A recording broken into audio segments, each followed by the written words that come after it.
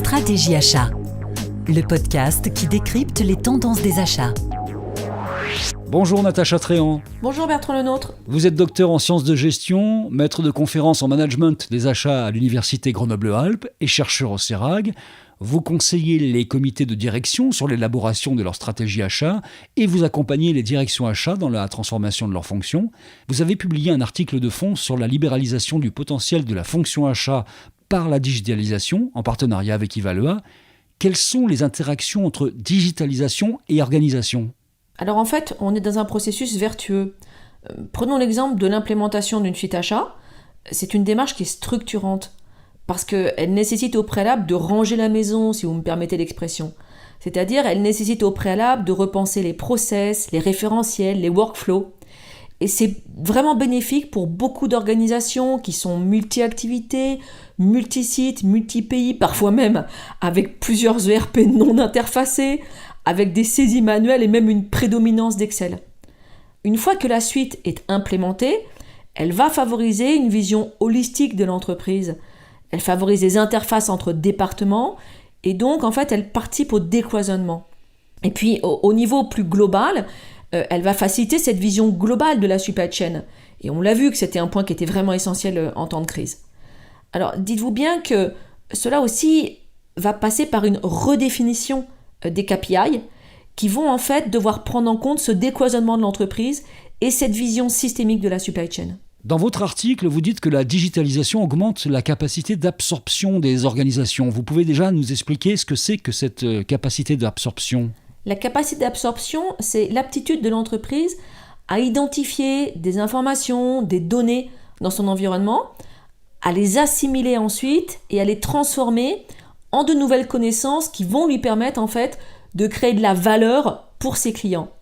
Et ce que l'on observe, toutes les recherches le prouvent, c'est que plus la capacité d'absorption de l'entreprise est développée, plus l'entreprise va être innovante.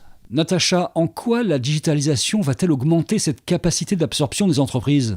Beaucoup d'outils digitaux comme les web crawlers, les portails fournisseurs des suites achats, sont en fait des fenêtres ouvertes sur l'extérieur.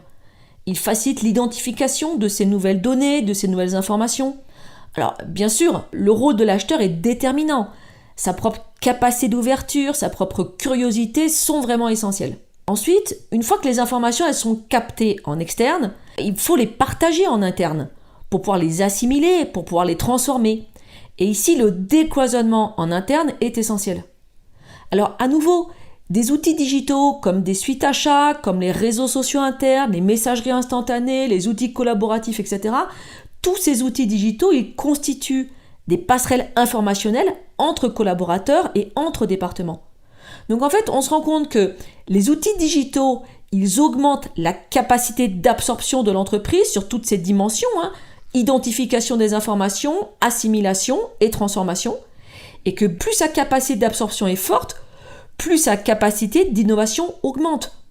Or, aujourd'hui, l'innovation, c'est la seule façon de survivre dans un monde turbulent.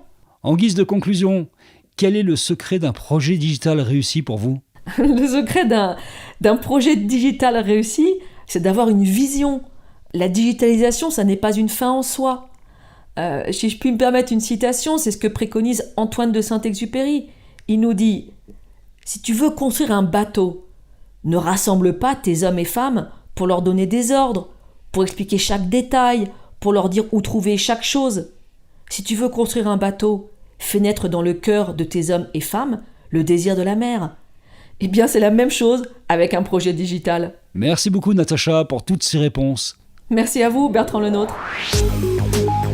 Pour approfondir la thématique du jour et explorer d'autres problématiques liées à la digitalisation des achats, nous vous invitons à télécharger et consulter la publication de Natacha Tréant intitulée « Libérer le plein potentiel de la fonction achat par la digitalisation » en vous rendant sur le site d'Evalua ou en cliquant dans le lien présent dans la description de ce podcast.